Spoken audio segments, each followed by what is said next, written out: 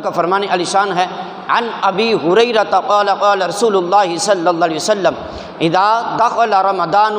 فتحت ابواب السماء وفی روایت فتحت ابواب الجنہ وغفلت ابواب جہنم وسللت الشیاطین وفی روایت وفتحت ابواب الرحمہ۔ یہ امام بخاری رحمۃ اللہ تعالیٰ علیہ نے اس حدیث مبارکہ کو آپ نے نقل فرمایا۔ حضرت ابو ہریرہ آپ فرماتے ہیں کہ رسول اللہ صلی اللہ علیہ وسلم نے فرمایا جب ماہ رمضان شروع ہوتا ہے تو آسمان کے دروازے کھول دیے جاتے ہیں، آسمان کے دروازے کھول دیے جاتے ہیں، اور فرماتے ہیں کہ ایک روایت میں یہ آتا ہے کہ جب رمضان المبارک کا مہینہ آتا ہے اللہ جنت کے دروازے کھول دیتا ہے،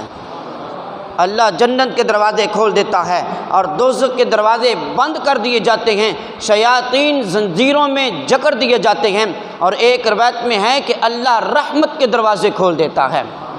اب یہ دیکھو کتنا اللہ رب العزت نے اس ماہ رمضان المبارک میں رحمتیں اور برکتیں رکھی ہیں کہ آسمان کے بھی دروازے، جنت کے بھی دروازے کھول دیے جاتے ہیں، اور ندائیں آ رہی ہوتی ہیں، ہر رات کو صدائیں آ رہی ہوتی ہیں، کوئی ہے مجھ سے رزق طلب کرنے والا، کوئی ہے مجھ سے اپنی بخشش کی طلب کرنے والا۔ رمضان المبارک کا ایک ایک لمحہ جو ہے رحمتوں اور برکتوں کے ساتھ گزرتا ہے۔ ہر مہینے کے اندر کوئی یا ہر رات میں ایک ایسی لمحہ یا ایسی گھڑی ہوتی ہے کہ جو اللہ رب العزت کی بارگاہ میں مقبولیت کی گھڑی ہوتی ہے، لیکن یاد رکھیں مسلمانوں، اللہ رب العزت نے ماہ رمضان المبارک کا ایک ایک لمحہ جو ہے مقبولیت کا رکھ دیا ہے۔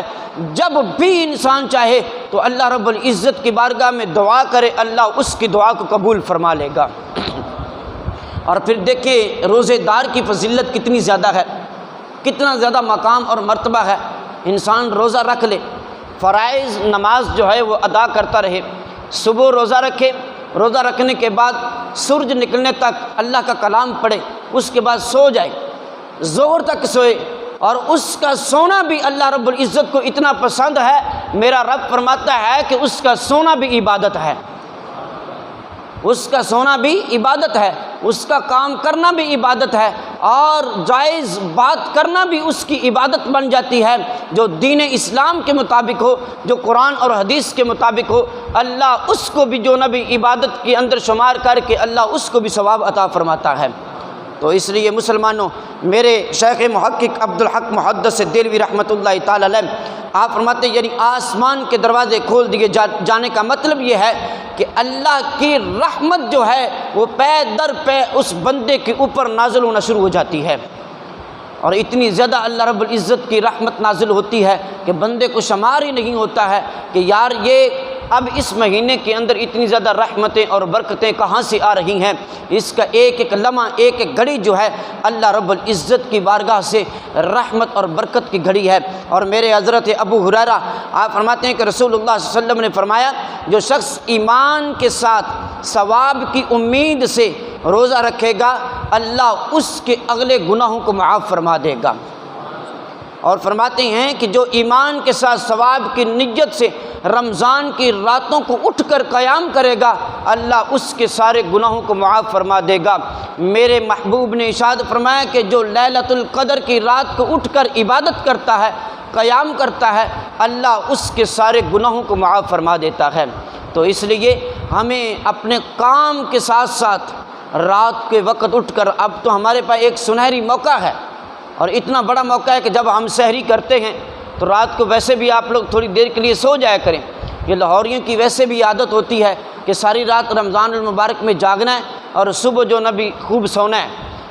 تو ٹھیک ہے، لیکن رات سونے کے لیے بنائی گئی ہے، رات کو سونے کا اہتمام کریں اور سحری کے وقت اٹھیں، زیادہ بھی نہیں، کم از کم 2 یا 4 نوافل تہجد کے بھی ادا کر لیں، تو پھر دیکھنا اللہ رب العزت آپ کے چہروں کو تر و تازہ کیسے کرتا ہے اور آپ کے چہروں پر روشنی اور خوبصورت کیسے فرماتا ہے۔ تو اس لیے ہمیں تہجد کا بھی ساتھ ساتھ اہتمام کرنا چاہیے۔ ہم میرے کریم آقا صلی اللہ علیہ وسلم کا فرمان علی شان ہے، میرے محبوب نے ارشاد فرمایا جو شخص روزہ رکھ کر بری بات کہنا اور اس پر عمل کرنا ترک نہ کرے تو خدا تعالیٰ کو اس کی پرواہ نہیں کہ اس نے کھانا پینا چھوڑ دیا ہے۔ اس کا مطلب یہ ہے کہ ہر برائی سے بچ جانا۔ اور اس فرماتے ہیں کہ شیخ محقق فرماتے ہیں کہ روزہ اس کا پھر قبول نہیں ہوگا جو بری باتوں سے نہیں بچتا ہے۔ اس لیے فرماتے ہیں کہ انسان کا صرف روزہ یہ نہیں ہے کہ اس نے کھانے پینے یا جماع یا ایسی چیزوں سے روک لیا ہے، فرماتے ہیں کہ اس کو چاہیے کہ غیبت نہ کرے، جھوٹ نہ بولے، غیبت نہ کرے، اور اس کے علاوہ بری بات نہ کہے، کسی کے اوپر طعنہ زنی، حسد، کینہ، بغض، یہ تمام کے تمام چیزوں سے محفوظ رکھے۔ صاحب بار شریعت آپ فرماتے ہیں کہ نبی کریم صلی اللہ علیہ وسلم کا فرمان علی شان ہے، میرے محبوب نے ارشاد فرمایا کہ غیبت جو ہے یہ بہت بری چیز ہے، یہاں تک علماء فرماتے ہیں یہ زنا سے بھی بدتر ہے، یہ زنا سے بھی بدتر ہے۔ اور اس کے بارے میں تو نص قطعی سے ثابت ہے، میرے اللہ رب العزت کا فرمان علی شان ہے، میرے رب کریم نے ارشاد فرمایا کہ وَيَغْتَبْ بَعْضُكُمْ بَعْضًا أَيُحِبُّ أَحَدُكُمْ أَن يَأْكُلَ لَحْمَ أَخِيهِ مَيْتًا فَكَرِهْتُمُوهُ، جو شخص اپنے کسی مسلمان بھائی کی غیبت کرتا ہے گویا اس نے اپنے مردہ بھائی کا گوشت کھایا ہے۔ تو اس لیے کسی کی غیبت نہیں کرنی چاہیے، کسی کے جھوٹ، غیبت، ان چیزوں سے بچنا چاہیے۔ اور فرماتے ہیں کہ جو شخص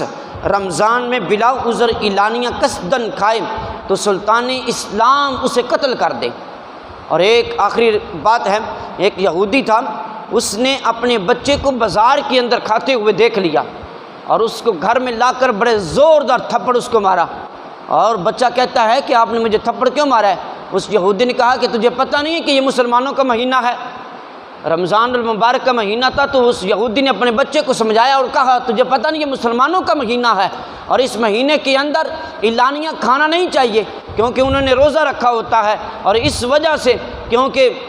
جب تو کھائے گا کھانے کے بعد تیرے سامنے روزے دار گزرے گا، اس کا بھی دل کرے گا کہ یار میں بھی کھا لوں، لیکن اس لیے تجھے نہیں کھانا چاہیے تھا۔ جب اس نے ایک تھپڑ مارا نا، قریب الوقت موت اس کو آ گئی۔ جب موت اس کو آئی تو کسی کشف النظر نے دیکھتا کیا ہے کہ قبر کے اندر وہ جنت کی وادیوں میں سے ٹہر رہا ہے اور وہ بڑی پرسکون زندگی ہے۔ وہ شخص کہہ رہا ہے کہ تو نے تو ساری زندگی گناہ کیے ہیں اور تو نے اسلام بھی قبول نہیں کیا تھا، لیکن اس کے باوجود تو بھی آج سکون کی زندگی کیسے گزار رہا ہے؟ اس یہودی شخص نے کہا کہ میں کیا بتاؤں، مجھے اللہ رب العزت نے ایک نیکی کے بدلے اللہ نے میرے سارے گناہوں کو معاف فرما دیا ہے۔ اس شخص نے کہا کہ کون سی نیکی تو نے کی ہے؟ وہ بندہ عرض کرتا ہے کہ میں نے اپنے بچے کو رمضان المبارک کا احترام اور ادب کے حوالے سے سکھاتے ہوئے میں نے اس کو تھپڑ مارا تھا کہ وہ اعلانیہ کھا رہا تھا، اور مجھے اللہ رب العزت کو یہ ادا اتنی پسند آئی کہ جب میں مر رہا تھا میری زبان پہ اللہ نے کلمہ جاری کر دیا اور مسلمانی کی حالت پر میں اس دنیا سے رخصت کر گیا۔ ذرا مسلمانہ سوچتے صحیح، ایک یہودی اگر عقیدہ یہ رکھتا ہے کہ رمضان المبارک کا احترام کس انداز میں کرنا ہے، ہم تو مسلمان ہیں، اگر وہ شخص اپنے بچے کو رمضان المبارک کا احترام اور ادب اس انداز میں سکھاتا ہے تو اللہ اس کے سارے گناہوں کو معاف فرما دیتا ہے۔ مسلمانوں، ہم تو محمد عربی کے غلام ہیں، ہم تو اپنے نبی آقا کریم صلی اللہ علیہ وسلم کے امتی ہیں، پھر ہمیں تو اس سے بدرجہ اولیٰ رمضان کا احترام کرنا چاہیے۔ اس لیے اگر یہاں پہ ہوٹلوں کے جو مالکان ہیں وہ یہاں پہ اگر تشریف فرما ہے، ان سے یہ میں بڑے ادب سے یہ ایک التماس کرتا ہوں، اگر دن کو بھی کھانے کا انتظام آپ لوگوں نے کرنا بھی ہے، کیونکہ یہاں پہ یہ ایک بزنس کا گڑھ ہے، مزدور طبقہ یہاں پہ زیادہ رہتا ہے، اور بیمار بھی لوگ ہوتے ہوں گے کہ جنہوں نے روزہ مجبوری جو نہ رکھنا ہوگا، لیکن ان کو چاہیے کہ اپنا ایسا انتظام کرے، کسی روزے دار کے سامنے ہوٹل اوپن نہ کیا جائے، اور بغیر روزے دار جو شخص ہے وہ کسی بھی گھر یا فیکٹری میں کسی بھی جگہ پر کسی روزے دار کے سامنے کچھ کھائے نہ، جس کی وجہ سے ہو سکتا ہے کہ اس کے دل کے اندر حسرت پیدا ہو جائے اور اس کا سارا جو ہے یعنی تجھ پر اس کا عذاب یا سزا جو بھی ہے وہ مسلط کر دی جائے۔ اس لیے ہم ان چیزوں سے بچنا چاہیے۔ اللہ رب العزت کی بارگاہ میں دعا ہے ہم سب کو صحیح معنوں کے ساتھ عمل کرنے کی توفیق عطا فرمائے، صحیح معنوں کے ساتھ زندگی بسر کرنے کی توفیق عطا فرمائے۔ وما توفیقی الا باللہ۔